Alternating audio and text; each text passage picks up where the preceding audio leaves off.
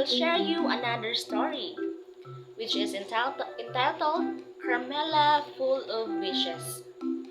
Are you excited to listen, kids? By the way, are you familiar with that story? Okay, very good. Here it goes. The sun peeked through Carmela's curtains, painting her room in a warm glow. It was her birthday, and excitement bubbled inside her like a shaken soda bottle.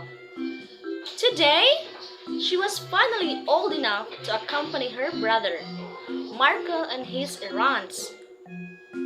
Carmela bounced out of bed, her pigtails bouncing with her. Marco! Marco! She called, her voice full of anticipation. Marco, already dressed in his usual blue shirt and faded jeans, smiled at his little sister.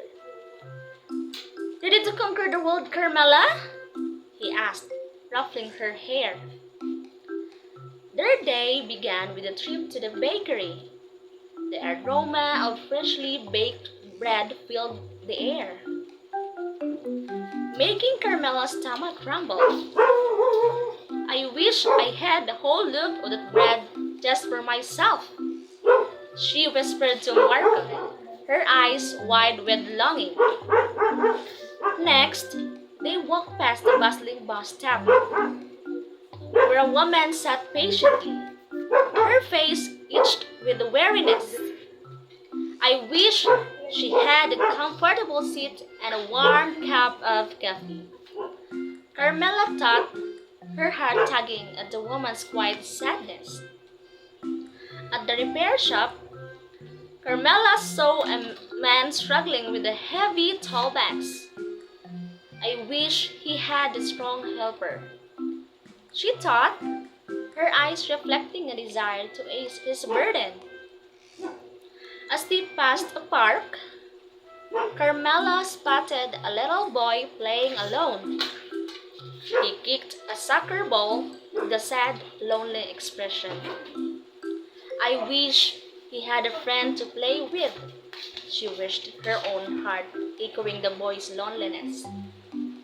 Finally, they arrived at the laundromat where Marco had to pick up his clothes. I wish I had a shiny red bicycle to ride, Carmela exclaimed, her eyes lighting up at the thought. Marco chuckled. That's a good wish, Carmela, he said. But before you blow on this dandelion, you have to make another wish. He pointed to a lone dandelion growing in a crack in the pavement. Carmela stared at the dandelion, its white fluff catching the sunlight. Suddenly, all the wishes she had made earlier flooded her mind. The bread, the coffee, the helper, and the friend. She looked at Marco with a newfound understanding. I wish everyone had a wish come true today, she whispered, her voice filled with sincerity. Marco smiled. That's the best wish of all, Carmela, he said, gently ruffling her hair. Carmela blew on the dandelion, sending its seeds scattering into the air like tiny wishes.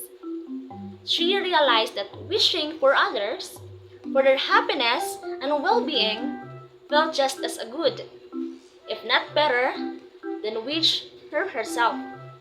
And maybe, just maybe, those wishes would take flight and bring a little bit of magic to the world. The moral lesson of the story is that true happiness comes from within, not from external position or material wealth. Once again, I am your teacher Lizelle. See you in our next lesson. Thank you!